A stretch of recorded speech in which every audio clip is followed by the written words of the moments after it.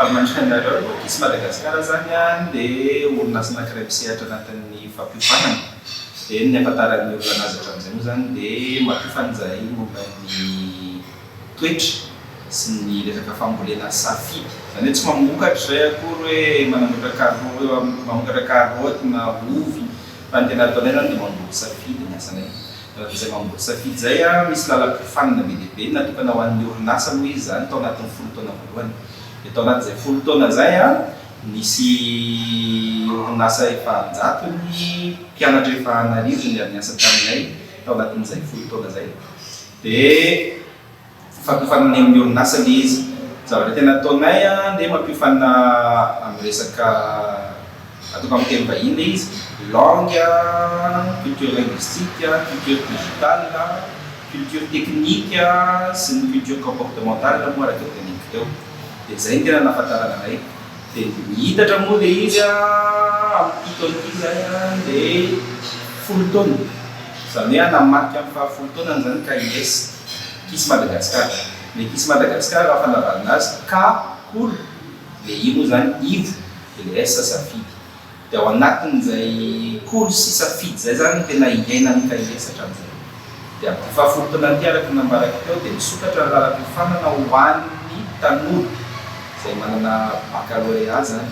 Anokatra zany izay amin'ny 10 taona ity ny HKM, Hay Sikolo Malagasy. Hay tena teny malagasy hay, kolo teny malagasy, dia Hay Sikolo Malagasy. Inona moa ny tena ilay fiofanana? Ilay fiofanana dia mikasika manokana momba ny kalitao, ny arolozy ary ny tontolo iainana. Ireo lalam-piofanana vaovao io zany kalitao, arolozy ary ny tontolo iainana dia ilain'ny orinasa izy ireo. Ary eto dia miteny sahady hoe 20 isaky ny isa-taona ihany no raisina. Ny antony dia tsotra. Dia 20 ireo fantatra fa ilain'ny olona miara-miasa aminay, ireo orinasa rehetrarehetra miara-miasa aminay dia fantatra fa ireo efa besoin immédiat filazana azy nefa filana efa naseho an'ny orinasa. Zany hoe eto zany zay dia efa afaka miteny sahady hoe ilay 20 miofana voalohany eo zany efa garanti azo antoka tanteraka ny toerana iasan'ireo. Ao anatin'ilay lalam-pihofanana ireo zava-misy tsika te hamokatra nefa mialatsiny amin'ny tena ilay izy tsy mahay mamokatra. Isika te azo vola bobaka vetivety ary maharitra dia mibisina ny tena ataontsika. Fa kamo isika hamokatra ary hamokatra manaraka fenitra iraisam-pirenena. Ny fenitra sarotra be mahazo anazy satria anatina fitaizana izy, anatina safidy sy kolontsaina izy. Dia rehefa tsy manaraka zany tsika fenitra dia sarotra be. Tsy le mahatonga izy hoe matetika vahiny tonga eto Madagasikara no mamokatra bebe koa no isika eto an-toerana. Satria isika voataiza tanatin'ny fanekena, voataiza tanatin'ny zavatra maro isan-karazany izay tsy voatery mizotra makany amin'ilay fenitra iraisam-pirenena momba famokarana.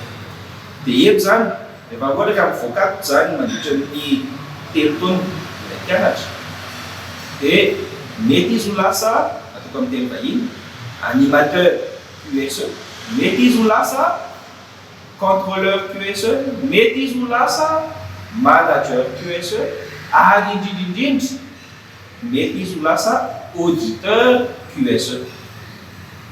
Resahako manokana fenitra iraisam-pirenena dia mitaky fenitra avolenta amin'ny resaka famokarana, amin'ny resaka indrindrindrindra toe-tsaina.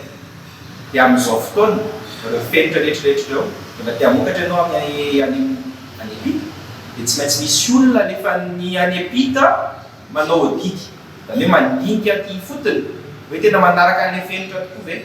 Ny mampalahelo dia zao vitsy ary tena mbola vitsy ny malagasy manao audit international, audit QSE resaka.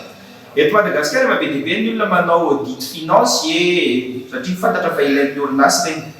Fa amin'izao fotoana dia faly zany izay mampilaza fa HKM by KIS Madagascar, le high school izay entin'ny KIS Madagascar eto Tomasina amin'izao fotoana dia hanofana olon-lasa auditeur QSE afaka manaraka fianatra ny raisam-pirenena ary indrindra ihany koa mahafantatra tsara ny zava-misy eto an-toerana. Matetika ny olona rehefa manao audit na manafatra olona avy any ivelany dia leo exigence internationale le fianatra ilaina amin'ny raisam-pirenena afantany fa le eto an-toerana tsy voatery mazava aminy kolotsaina sy ny zavatra rehetra. Dia rehefa manao fanatsarana izy matetika midona amin'ny poto raha tsy ny direct be satria le zavatra entiny avy any tsy voatery mikollina amin'ilay eto an-toerana. Dia zay zavatra zay zany anisan'ny tena antom-pisin'ny HKM.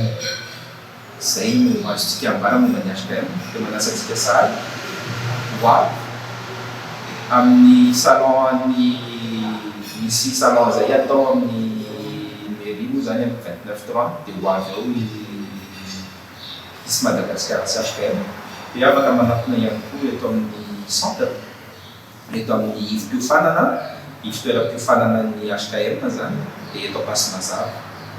Ny saram-piofanana entina miatrika an'ilay azahoana ny diplôme dia 400 000 ariary isam-bolana, zany hoe 4 millions d'ariary isa-taona. Zay zany ny saram-piofanana raha ohatra ka amin'ilay diplôme lokaly. Fa eto dia mitenentsika rehetra satria fenitra iraisam-pirenena ny tetiavana dia misy saram-piofanana anankiray hafa azahoana an'ilay diplôme lokaly zany sady azahoana certification internationale ny sandany tsy mitovy. Dia sandan'ilay fiofanana zany mitovy ilay fiofanana fa afarany zany afaka mahazo an'izay certification internationale zay dia 990 000 ariary isam-bolana, zany hoe 9 900 000 ariary isa-taona zany ny fiofanana atao anatin'ny telon-taona. Mety ho lafo izy nareo dadio fa fenitra iraisam-pirenena reconnaissance internationale ilay certification. Ny fiofanana ny inscription efa misokatra dia izao, zany hoe amin'ity volana août ray manontolo ity misokatra ny fisoratan'anarana dia ao anatin'ny fisoratan'anarana zay dia misy ohatra ny amin'ny certificat rehetra ihany misy test de niveau, misy entretien atao dia mila CV, mila lettre de motivation zany indrindra miteny hoe za te hifana amin'ny satria zavatra anankiray ngezabezany. Dia ny faharoa mba hahafantaranay ny momban'ilay mpianatra tsara raha entina ihany koa zany ny noty ahafahana mijery ny avinentan'ilay mpianatra sy ny zavatra efa natao amin'ny anarany taloha. Fa ny tena important indrindra ary tena zava-dehibe indrindra dia mila miresaka aminay ilay mpianatra satria ao anatiny ao misy kolotsaina tiana vohizina. Ny prise de contact 1er septembre, rentrée 18 septembre.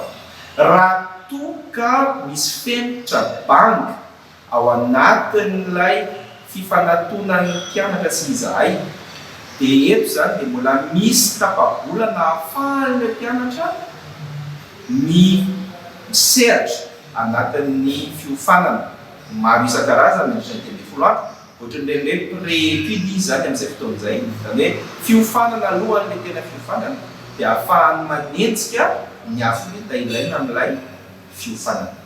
Zay ny zavatra ngezabe voalohany, zany hoe fidirana zany 18 septembre fa ny fionana voalohany 1er septembre dia manana tapa-bolana zany ahafahany mivoatra aloha manenjika fenitra. Zavatra faharoa ngezabe dia fiofanana ataon'ny KIS dia misy apahany théorique fa misy apahany ngezabe pratique. Io zavatra io rehefa nentina aty amin'ny HKM ao anatin'ilay ivim-piofanana QSE zany dia zavatra tsotra kely, mila ordinateur. Rehefa hiofana zany aty amin'ny HKM dia mila ordinateur. Raha tsy manana nareo tsy sakan'izany akory. Ny solotsaina afaka manome solotsaina nareo izahay ahafahanareo mianatra. Ny antony dia zao, ny fianarana rehetrarehetra arahinareo eto ataoko amin'ny teny vahiny dia auditable, zany hoe afaka jeren'ny olona zay te hijery rehetrarehetra amin'ny teny hoe zao ny zavatra nianaranay, zao ny zavatra napotranay ary zao ihany koa ny zavatra hita misongadina fa afaka ataonay. Dia iny amin'ny teny vahiny atao hoe portfolio, iny portfolio iny zany misy ny anaranao, misy ny fichier-nao rehetrarehetra, misy ny production-nao rehetra, zavatra nataonao rehetra aty amin'ny CRD. Dia iny ny entinao mampiseho any amin'ny mpiara-miasa sy any amin'izay olona rehetrarehetra te anontany an'izany, fa olona manana an'ilay traikefa sy niveau ianao mandeha miasa. Fa tsy hoe mialatsiny ako directa be mipeny amin'ilay izy, tsy hoe mianatra mba hianatra, fa hianatra tena miasa. Mianarana feno.